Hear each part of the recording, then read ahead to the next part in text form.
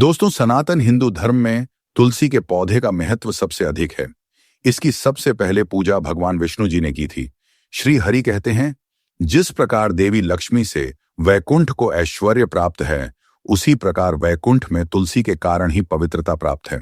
पृथ्वी लोक पर जिस स्थान पर भी तुलसी का पौधा होगा, उस स्थान पर कभी बुराई का वास नहीं होगा। ऐसा स्थान सबसे अधिक पवित्र होगा। इसी कारण से हमें हमारे घर में तुलसी का पौधा अवश्य ही लगाना चाहिए। तुलसी के पास दीपक जलाने से क्या होता है, आइए जानते हैं। इस प्राचीन महान कथा के माध्यम से जो भगवान श्री कृष्ण ने देवी सत्यभामा को सुनाई है। दोस्तों, एक समय की बात है। देवी सत्यभामा भगवान श्री कृष्ण के पास आकर उनसे पूछने लगी, हे स्वामी, आपने मुझे तुलसी के पौधे को जल देने का महात्म्य सुना दिया है, लेकिन तुलसी के पास दीपक जलाने का क्या महात्म्य है?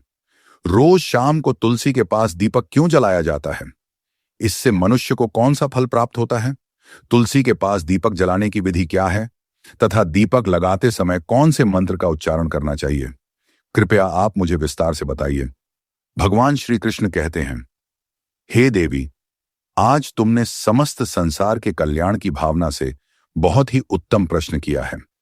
तुम्हारे इस प्रश्न का उत्तर देने से पूर्व मैं तुम्हें एक प्राचीन इतिहास सुनाता हूं, जिससे तुम्हें तुम्हारे सभी प्रश्नों के उत्तर मिल जाएंगे। शाम को तुलसी के पास दीपक जलाने से जो फल मिलता है, उसी का वर्णन मैं इस कथा में करूंगा।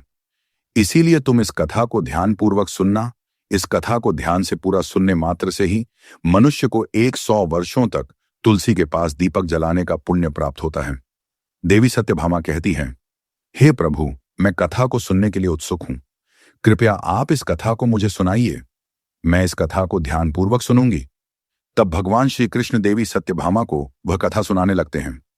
हे देवी, पूर्व काल की बात है। दक्षिण दिशा में तुंगभद्रा नाम की एक बहुत बड़ी नदी है।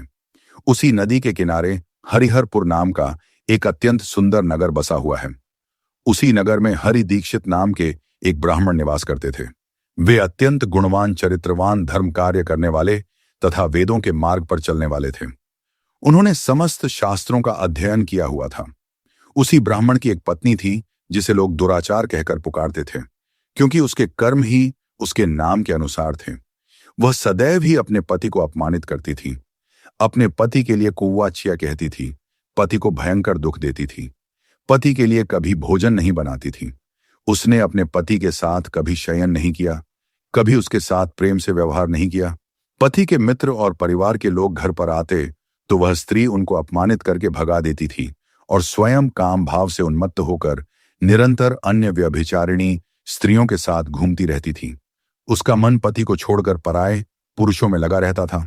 उसने कभी अपने पति से प्रेम पूर्वक बात नहीं की, किंतु पराये सुंदर पुरुषों के संग बैठकर बातें करती थी। पराये पुरुषों को मोहित करने के लिए सज धज कर गांव में घूमने जाया करती थी।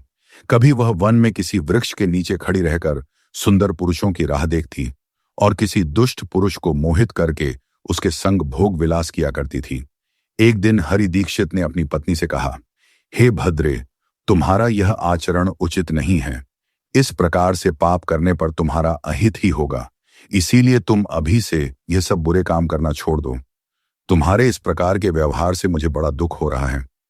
तब उस दुराचार स्त्री ने कहा, ना जाने किस पाप के कारण मेरा तुझ जैसे भिखमंगे के साथ विवाह हुआ है। लगता है पिछले जन्म में मैंने पाप ही किए होंगे। इसी कारण से मुझे ऐसा गरीब पति मिला है। तू मेरी कोई भी इच्छा को पूर्ण नहीं कर सकता। मुझे विवशता के कारण तेरी इस झोपड़ी में रहना पड़ता है। भिक्षा मिलाया हुआ भोजन खाना पड़ता है। अब और अधिक मैं इस कष्ट को सहन नहीं करने वाली। किसी दिन मैं तुझे छोड़कर अवश्य चली जाऊंगी। तेरे साथ रहूंगी तो इस जन्म में भी मेरे द्वारा पाप ही होंगे। इसीलिए अब मैं किसी अन्य धनवान पुरुष से विवाह करूंगी। हरि दीक्षित ने अपनी पत्नी से कहा, हे प्रिय, तुम इस प्रकार के अपशब्द ना कहो। इस प्रकार से अपने पति को त्यागने का विचार मन से छोड़ दो। जो स्त्री अपने पति को त्याग कर पराये पुरुष के पास जाती है, उसका अहित ही होता है। उसे नरक में जाना पड़ता है। उस दुराचारी पत्नी ने कहा, नरक में तुम्हें जाना पड़ेगा, क्योंकि तुम कोई काम धंधा तो करते नहीं, भीख मांग कर खाते हो और मुझे भी झूठ खिलाते हो। पत्नी को दुखी और असंतुष्ट रखने वाला पति भी नरक में ही जाता है, और तुम्हारा घर कोई नरक की सजा से कम नहीं है। तुम्हारे साथ इस घर में रहने से अच्छा है मैं नरक में जाकर रहूं। इस प्रकार उस हरि दीक्षित की पत्नी ने अनेक प्रकार के कटु वचनों से अपने पति का अनादर किया और उसे अपमानित किया। श्री कृष्ण कहते हैं, हे देवी, जो स्त्री अपने पति का अनादर करती है